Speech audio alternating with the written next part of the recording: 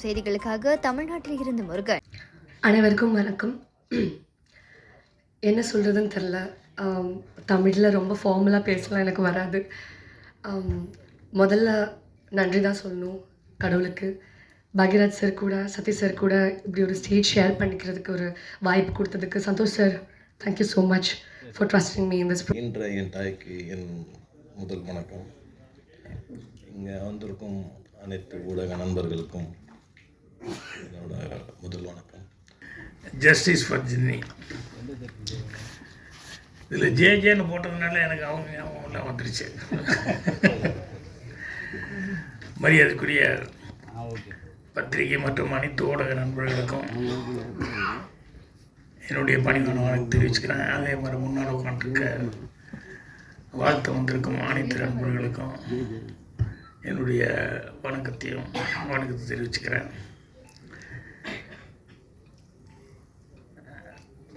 நான் இன்னும் படம் பார்க்கலையன்னு நினச்சிட்டு இருந்தேன். எல்லோரும் இனிமேல் தான் போட போகிறாங்க. ஆனால் சதீஷ் பார்த்துட்டார் அப்படின்னா.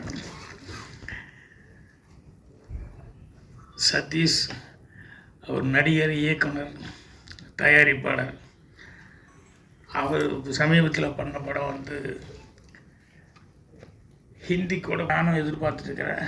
கண்டிப்பாக பத்திரிகையாளர்கள்லாம் வந்து இந்த மாதிரி அது எல்லாமே பொதுவாக நீங்கள் வந்து படங்களுக்கு வந்து பத்திரிகை மற்றும் டிவி ஊடக நண்பர்கள் அவங்க வந்து கொடுக்குற அந்த ஃபஸ்ட்டு பேஸாக அவங்க வந்து ஓப்பனிங்கை வந்து பார்த்துட்டு இவங்க சொல்கிறது வச்சு. ஏன்னா நிறைய பேர் இன்றைக்கும் சினிமா பார்க்குறவங்க ரிவ்யூ எல்லாம் என்ன வந்திருக்குப்பா பார்த்துட்டு போகலாம், சும்மா அனாவசியமாக காசு செலவு பண்ண வேண்டாம் அப்படிங்கிற லெவலில் தான் இருக்காங்க. அதனால் எல்லாருமே வந்து அந்த ரிவ்யூக்காக வெயிட் பண்ணுறாங்க.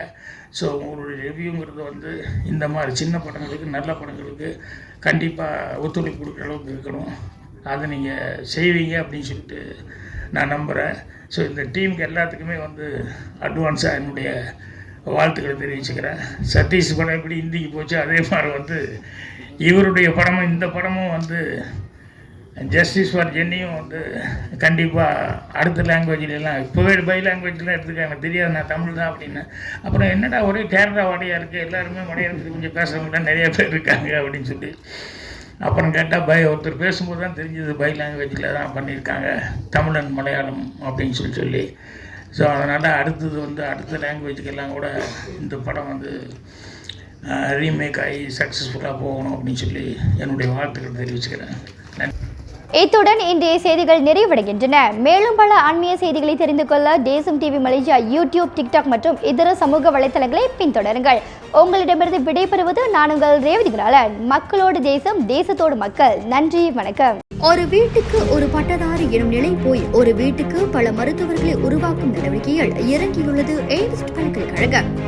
இந்திய மாணவர்களின் எதிர்காலத்திற்கு அடித்தளம் அமைக்கும் எய்ம்ஸ் பல்கலைக்கழகம் MIED வழி மாணவர்களின் பொருளாதார பிரச்சனையை கல்வி உபகார சம்பளம், கல்வி கடனுதவி மூலம் தீர்த்து வைக்கிறது.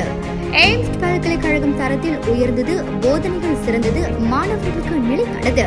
இன்றைய நாடுகள் எய்ம்ஸ் பல்கலைக்கழகம்.